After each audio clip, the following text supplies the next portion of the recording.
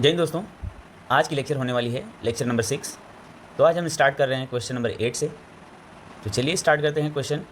पूरा पाषाण काल का प्रसिद्ध स्थल भीमबेटका भारत के किस राज्य में स्थित है? यानी भीमबेटका शैल चित्र मिले थे यहाँ से, यानी ये मध्य प्रदेश में स्थित है। ठीक है। पूर्व पाषाण कालीन स्थान जो थे सोन यानी सोहन घाटी पंजाब, बेलन घाटी उत्तर प्रदेश यानी गुफा चट्टानी आवास, डिडवाना जो है राजस्थान, नेवासा महाराष्ट्र, हुंसगी कर्नाटक, पहलगाम कश्मीर। पहलगाम केस हुआ था, आतंकियों द्वारा वहाँ पे अटैक किया गया। पटने यानी महाराष्ट्र, शुतुरमुर्ग के साक्ष्य सबसे पहले मिले थे पटने में ही।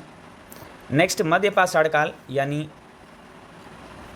लंघनाच यानी मेहसाना जिला गुजरात, भीमबेटका मध्य प्रदेश भोपाल के निकट, चोपनी मांडो यूपी इलाहाबाद के निकट बेलन घाटी में, वीरभानपुर पश्चिम बंगाल वर्धमान जिला, और वागौर जो है राजस्थान,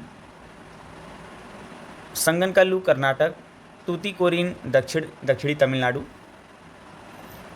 नेक्स्ट माइक्रोलिथिक छोटे पत्थरों के उपकरणों का उपयोग हुआ था, और आदमगढ़ एमपी, वागौर राजस्थान। सबसे पहले जानवरों को पालतू बनाया गया वागौर में। यानी नेक्स्ट हम बात करें नवपाषाण 7000 BC से 1000 BC टाइम पीरियड रहा। खाद्य उत्पादन और मेहरगढ़ यानी बलूचिस्तान। सबसे पहले गेहूं के साक्ष्य, जौ और कपास के साक्ष्य मिले थे मेहरगढ़ बलूचिस्तान में, और घरों के साक्ष्य भी यहीं पे मिले थे। नवपाषाण का मतलब होता है नए पत्थर।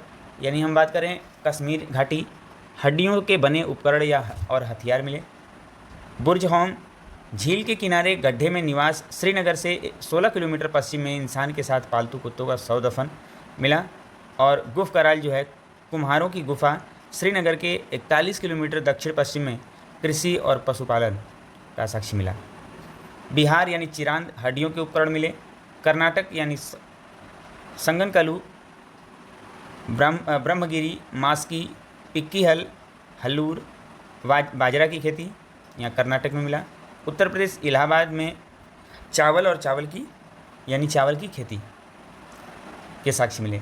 आंध्र प्रदेश भीमा, कृष्णा एंड तुंगभद्रा नदी के पास बुधियाल, उन्नूर, और सबसे पुरानी साइट जो है उतनूर, नागार्जुन कोंडा।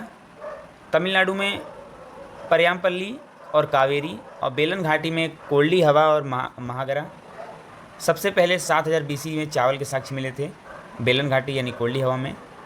और मेघालय की बात करें तो गारो पहाड़ी, और असम में दावजली हेडिंग, जेडाइट पत्थर हरा पाया गया।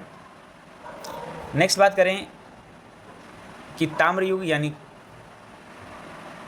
ग्रामीण समुदाय, दक्षिणी पूर्वी राजस्थान में वनाश घाटी, अहर सबसे पहला, और गिल्लून।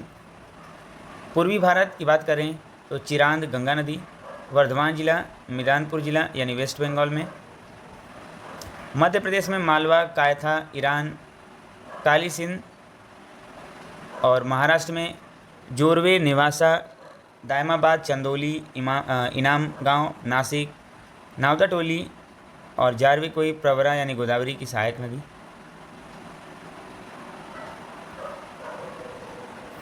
नेक्स्ट बात करें खेतरी खान राजस्थान, और मलज खंड जो है मध्य प्रदेश। नेक्स्ट क्वेश्चन है किस सुल्तान ने अमीरों की शक्ति को कमज़ोर करने के लिए कई नियम बनाए? तो अलाउद्दीन खिलजी ने। जो टाइम पीरियड है 1296 से 1316। इल्तुतमिश का मकबरा 1235 AD में। इसी के समय चंगेज खान का आक्रमण 1227 AD में हुआ था। अलाउद्दीन खिलजी 1296 से 1316 टाइम पीरियड रहा। अलाउद्दीन ने 3 बाज़ार स्थापित किए, खादान के लिए, महंगे कपड़े यानी घोड़े के लिए, दासों और मवेशियों के लिए। प्रत्येक बाज़ार का नियंत्रण शाहना यानी उच्च अधिकारी द्वारा व्यापारियों और दुकानदारों का रजिस्टर बनाए रखा। कीमतों का हिसाब रखे। 2 अधिकारियों द्वारा बाज़ार की जांच कराना यानी दीवान रियासत, सन्ना या मंडी। बिक्री के लिए सभी सामान खुले बाज़ार में लाए जाते थे, सारा ए अदल के नाम से। गुप्तचर विभाग यानी बरीद, गुप्तचर अधिकारी मुनहीन यानी गुप्तचर होता था। 2 विभाग, दीवान ए मुस्तखराज और दीवान ए रियासत। मुफ्त खराज की बात करें तो राजस्व की वसूली और बकाया राशि की जांच करना। और दीवान रियासत की बात करें तो बाज़ारों और कीमतों पर नज़र रखना। 3 कर चलाए गए। कृषकों द्वारा दिए जाने वाला कर का प्रकार जो है जजिया, घरई और चरई। जजिया यानी गैर मुसलमानों पर कर, यानी हिंदू लोगों को देना पड़ता था। और घरई यानी घर का, और चरई यानी पशुओं के चरने का घास के मैदान पर कर। ठीक है। गियासुद्दीन बलबन यानी 1266 से 1287 टाइम पीरियड रहा। यह नसीरुद्दीन महमूद के अधीन नायब था। उसने चहलगानी चालीसा की शक्ति को तोड़ा और ताज की प्रतिष्ठा को बहाल किया। उसने सैन्य विभाग दीवान अर्ज की स्थापना की। उपाधि जिले इलाही अल्लाह की छाया यानी अफरासी याब के वंशज। उन्होंने सिजदा राजा के समक्ष झुकना और पैबोस राजा के पैर चूमने को अभिवादन के सामान्य रूप में पेश किया। उसने लौह एवं रक्त की नीति शुरू की।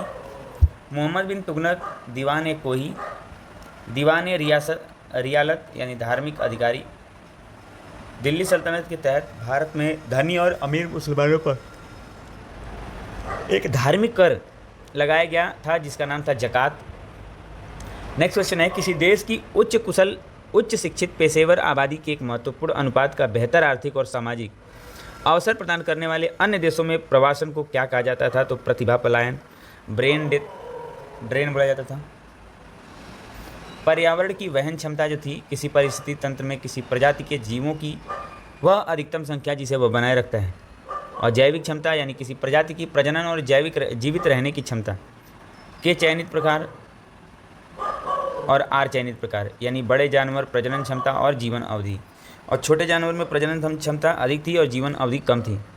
बड़े जानवरों में प्रजनन क्षमता कम थी और जीवन अवधि ज़्यादा थी।